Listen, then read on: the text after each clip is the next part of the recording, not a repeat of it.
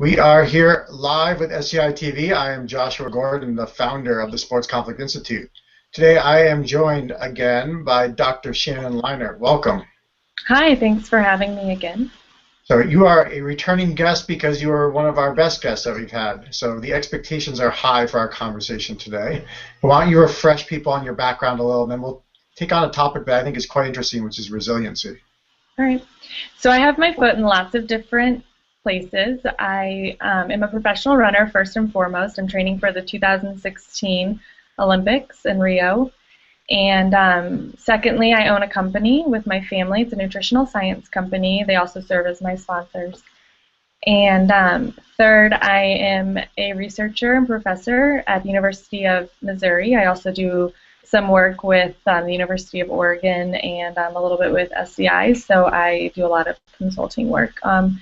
My PhD is in special education. I studied autism, behavior change, and just kind of worked with kids with challenging behaviors for about 5 years.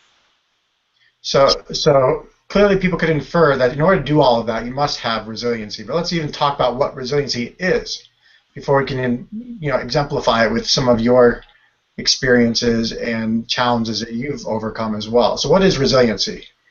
So I defined resiliency for myself about 5 years ago.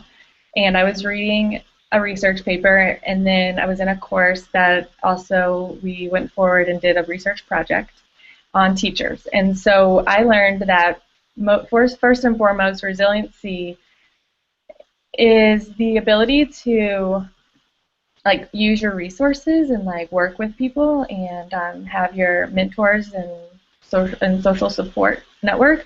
But even if you have that, it needs to be nearby. You need to actually call them, you need to use them, and you need to leave the classroom. And so that's in an education context. And so that is what, in my mind, resiliency is. It's just that ability to not only gain and create a network for yourself, like a social support network, but then actually being able to use that network. That's a very interesting definition, because I think a lot of people probably inherently think of resiliency as just some inner trait and not about this idea of building an external network that you can access or resources. So can you get into that a little bit about how there might be some internal resiliency, but really a lot of what you're talking about is building this network and the support system and then actually accessing that support system? Yeah, I think you're right. I think people might think that it's innate, but I definitely believe that it's something you can learn, and it might not be something that's natural for you. And so I'm more, I would say, introverted. I like to keep to myself. I'm humble. I'm not the center of attention, and so I don't really go out and search for those types of things naturally. It's not my natural behavior, but through this research and through my experience, I've learned that yes, you can learn how to talk to people, and it's not as scary as you might think. And so I've been able to do that and find great results, and I've noticed that I'm been really resilient through all of my trials. So Shannon, let's establish some of your resiliency credibility here. Okay. So let's talk about some of the challenges you face. I know there have been many, both in competition, around competition, and just in terms of demands that you've taken on during your running career throughout, and I suspect beyond, you'll continue to take on a lot of obligations. So what are some of these challenges that you face that give you this resiliency credibility? I think first and foremost, I have been running since I was 8 years old, and through that process I've had not only a number of setbacks and injuries, but I've had 8 stress fractures, and so I've had to learn how to be resilient from injuries. And I think in sport, that is the #1 researched piece, is how do people bounce back from injuries.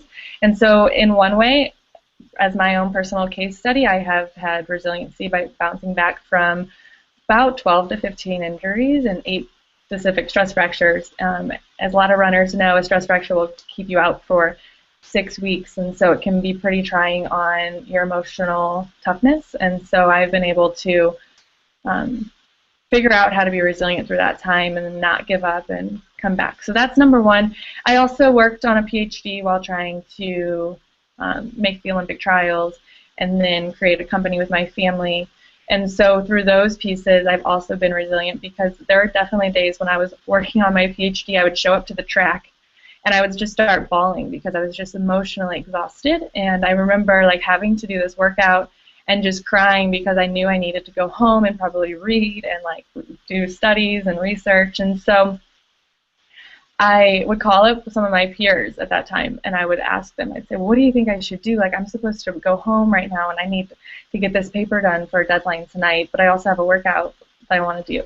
And they would tell me, like, just work out, don't think about it. So I did that. And I had some of the best workouts of my life by just, like, blocking it out. So I would learn to, like, close one door and open another door, and then reclose a door and then open a door. So I would close my door to my PhD program, open a door to track and field, and like visualize that in my head.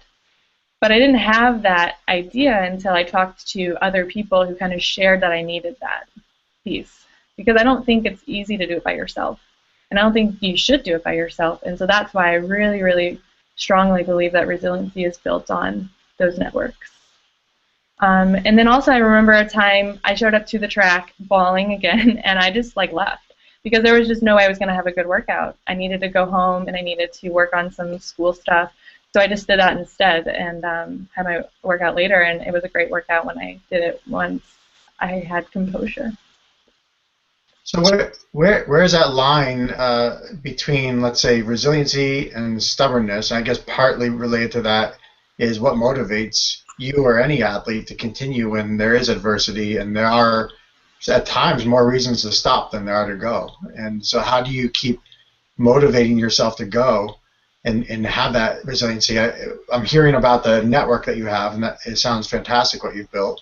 But at the same time, some people in the network might tell you, all right, you've probably reached your point, why continue? And yet you continue to drive forward and have great success. That is, you bring up a couple excellent points. So number one, I want to touch on the fact that my cheerleaders are the ones that will cheer for me no matter what, and they don't like, they'll just do what, they just know what I want. They're the right types of people to be around me, and they are my cheerleaders, and so whatever I do, they're happy. And so those are the people that I think you need to surround yourself with. And so I have a blog that I put like, what are the 5 things that made me get through my PhD program? Because 70% of people finish all but dissertation, and I had a peer who was like, oh, Shannon, I never thought you were going to finish. And it's kind of rude, I guess, for her to say that to me, but I thought, why would you not think that? Like, I'm super resilient. So then it brings you to the second point, like, where is this like motivation? Where does it come from? And I've had this question a lot from people, and most recently I've been really trying to think about, like, where does my motivation come from, and how can I put this into words? Because a lot of times motivation is a feeling and maybe like an emotion that you have. And so I've noticed that for me, motivation comes from this resiliency. I think I've noticed that like I get such a rise out of like so much emotion out of like accomplishing something, and there's just so much. When you get through a trial and you get to the other side with some type of success, that you can define yourself. It doesn't have to be defined by other people. So when you have a success that you define after maybe months of trial, then that feeling is what motivates me. And this idea that you get to define yourself is a very interesting one. What have been some of the ways other people have tried to define you at times, and how have you snapped back against that and then redefined yourself in your own likeness the way you wanted to? Well, in track and field, which is my sport of choice, which I often feel like chose me because I was fast. And so for track and field, I've noticed that people define you based on your top 3, like being top 3 at these championship races, making the Olympics, really. I mean, especially at my level, making the Olympics is really what it's defined, like your success is defined on. And only 3 people out of thousands are making the Olympics in the United States, and so, or in all countries, but here in the United States. So I'd say that when I hear this, you know, it's hard to like, sometimes I go back and I'm like, well, maybe I'm not that successful because I've never made the Olympics, but then I remember, and I do have to try to bounce back, and I say that my success is just being better today than I was yesterday. And so that is actually how I define my success. I always define it as being a better person today than I was yesterday. And that's, yeah, that's my definition of success. So. Great. And so other folks are listening to this and trying to learn from some of the things that you do. They can't just, you know, learn it from osmosis. So how might you, in a fairly prescriptive way, encourage others to build resiliency if they're not happy with the level of bounce back that they have, or things are getting them down, or getting them off track? How do you help them take that lesson that you've carried throughout your life and impart some of those lessons to them where they can become as resilient as you are and accomplish their goals? So you're right. I am one story. I'm one perspective. I'm one biased opinion on what resiliency is. And I believe that if you can read more stories and hear about more people who are resilient and just keep accumulating this resiliency, then you can create your own problem-solving strategies. And so you can create your own strategies for resiliency that work for yourself. And so I believe that what you should do is go out and seek as many stories of resilient people as you can, and then you can come back and create your own formula for resiliency. So I love that idea, and I'm going to put you on the spot here, which is when you post this video up, I'm going to encourage you to use Twitter as a way to encourage other folks to share their stories of resiliency on your Twitter feed, and see what stories you get. I like that idea a lot, that part of this is one story after the other, and learning and taking bits and pieces of lessons learned to build that resiliency that may not be innate, and may have to be developed and fostered and nurtured through a support system. Is that something you'd be willing to do and put out there on Twitter? Well, it's interesting you bring that up, Josh, because I'm actually writing a book right now called Thoughts on a Run. And the idea is I'm seeking 10 individuals who have strong personalities, who are runners, who have been through resilient pieces. And I'm not looking for elite runners. I'm looking for every avenue of a runner, whoever it is that's out there and who's been through resilient pieces in their lives and trials and have overcome things. And I want to go on a run with them and interview them while we're running, because there can be a lot of amazing conversations that come out of a run.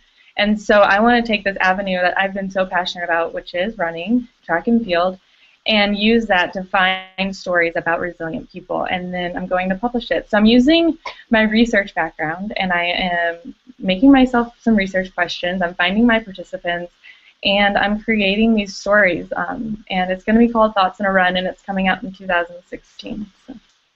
Yeah, I love it. The one challenge I see is that you're awfully fast, and the people that go for a run with you may be out of breath and struggle to tell their stories. So you may have to go a step or two slower than you're used to going just to get those stories out of them. Yeah, I guess I didn't think about that. I even thought maybe we could walk. But the idea is to be out there in nature talking and hearing stories. Yeah, fantastic idea, and I look forward to reading it.